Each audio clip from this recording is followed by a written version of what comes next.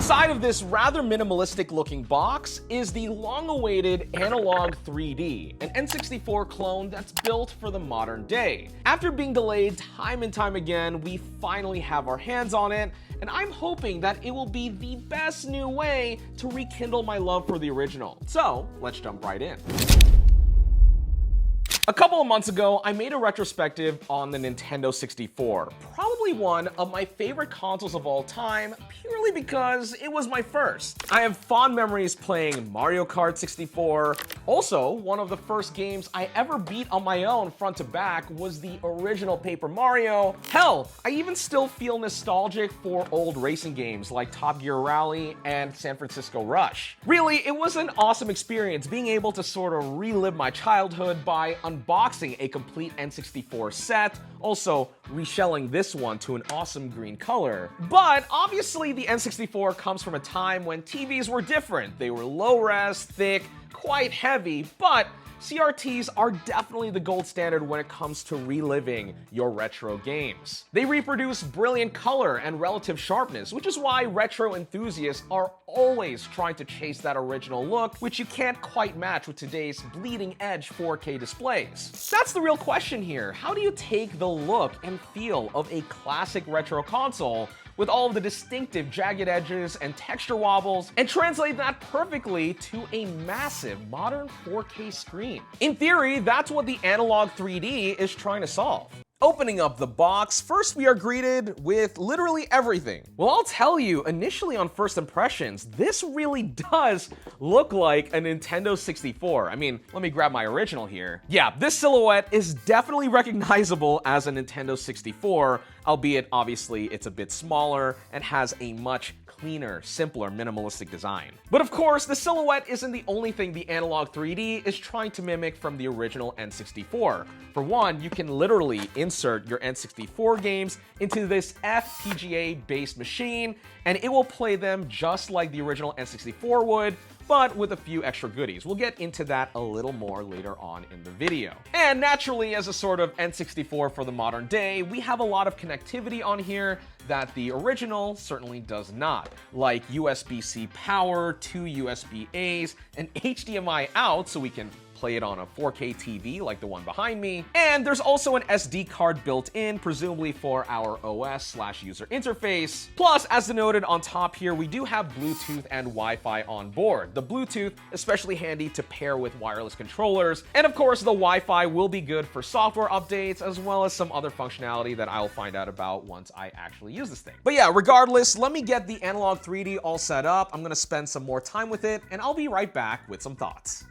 Alright, after playing with the Analogue 3D for the past couple of days, I gotta say, I think they really nailed it. I'm absolutely blown away with how authentic this N64 experience feels, while still having a level of convenience and control that you'd want from playing on this platform in the modern day. Like seriously, all I had to do right out of the box was plug it into power, connect it to my TV via HDMI, and after agreeing to a quick EULA, it was pretty much ready to start playing games. And man, paired with something like an OLED display, it is crazy how well the Analogue 3D mimics gaming on an older CRT. Part of this certainly has to do with the fact that it is an FPGA-based system. Now, what this means is that rather than it leaning on software to emulate an N64 environment, like when you play ROMs on your PC, smartphone, or one of those fun handheld emulators, the FPGA route basically utilizes very specific components that mimic real N64 hardware with how it plays games off of standard cartridges,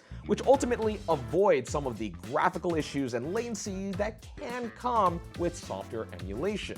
Top level, Analogue touts 100% compatibility with native N64 games, regardless of region, and as far as I can tell with the games that we have here in the office, they all work totally fine. In fact, the main menu on the OS is kind of interesting because it gives you bits of information about the game that's currently loaded in the slot, which is pretty cool. But going back to that FPGA point, purists that are looking for a modern-day N64 will see a ton of benefits here. Inputs feel responsive and immediate. The games actually run exactly how they did back in the day. though admittedly, this is for better or for worse. Outside the scope of nostalgia, some games definitely require some patience to get through with all the imperfections, scuffed frame rates, and funky controls. But in all fairness, that's less the Analogue 3D's problem and more part of the charm for the N64.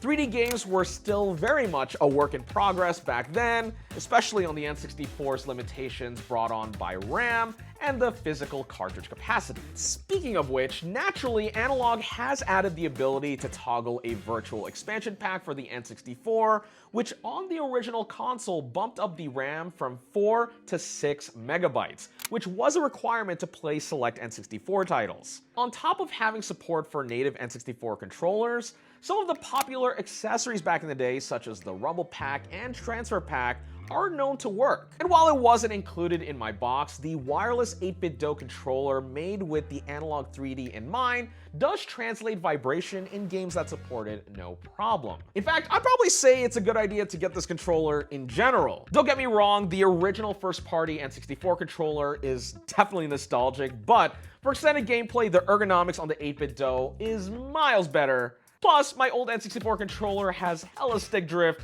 which makes GoldenEye a pain in the to play otherwise. Now, looking beyond the responsiveness of the controls, what really elevates the vibes on the Analogue 3D are a tasteful suite of visual upgrades layered on top to make your N64 games look properly retro on either an HD or 4K TV. At the core, this system is already upscaling your N64 games to 4K, but the real magic happens when you hold down Start and the Z trigger on your controller to bring up Analogue's 3D OS overlay, which might I add, does kinda look like an old TV HUD. But through its display mode menu, you can actually flip through a number of presets that aim to mimic the look of an old box-style TV with a distinct textures, glow, and depth in tow. For example, we have a standard CRT look. There are also ones emulating higher-end broadcast and professional monitors, the sort of holy grail CRTs that went for thousands of dollars back in the day and still kinda do now. Not gonna lie, it looks sweet as heck. And while I do think ultimately playing on a CRT is still the best way to go if you can make it happen, the fact that the Analogue 3D enables the vibes pretty well with the modern TV you already have at home is the next best thing. Here's some direct capture gameplay so you can see what it looks like on your display, and especially in games with vibrant colors like Super Mario 64, the Analogue 3D really sells the look.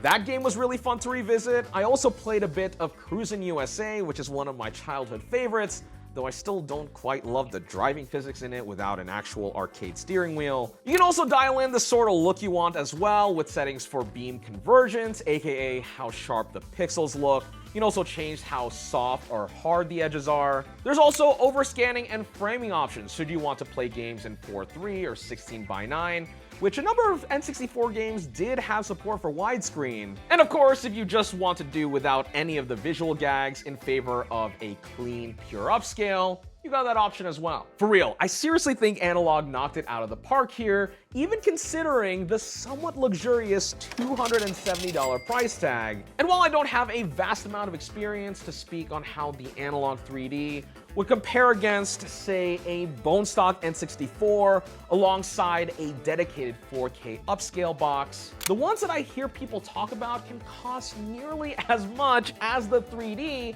if not more. Granted, of course, if you do get one, you're not just limited to the N64 at that point, being able to use them with other retro consoles. But if the N64 is your thing, which if you grew up in the 90s is not an insignificant amount of people out there, the Analogue 3D definitely checks almost all of the boxes for me. However, with all this being said, I definitely have some points of feedback on the Analogue 3D that could help elevate this almost perfect N64 experience even further. For one, it's pretty cool that Analogue are constantly working on 3D OS to add features, fix bugs, and optimize performance for certain titles, but it is a bit strange that supposedly this thing has Wi-Fi on board, but doesn't do over-the-air updates, at least for now. Rather, the update is slightly tedious, requiring you to access the SD card on the back, either by taking it out or by USB-C connection to the Analogue 3D itself, and plugging it into your computer. Now, thankfully, the N64 is otherwise not an internet-connected console, and therefore updates are not mission critical to getting the 3D up and running. But it would be nice to know if cool software updates are available on the device itself. Also, something kind of annoying, especially as someone that already has one set up,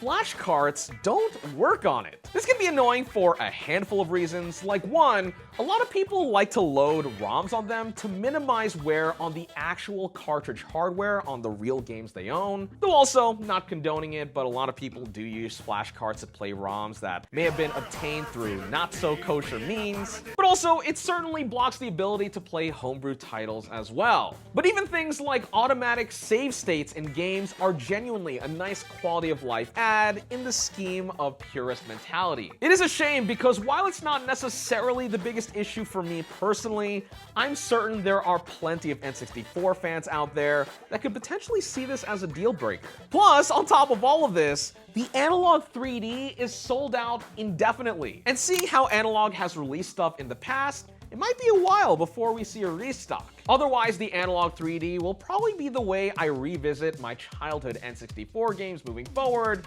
and I think it could be worth it for the right person, especially if you've been itching to get back into it. But let me know, what do you think about it in the comments below? And otherwise, thanks for watching this video on Denki Channel.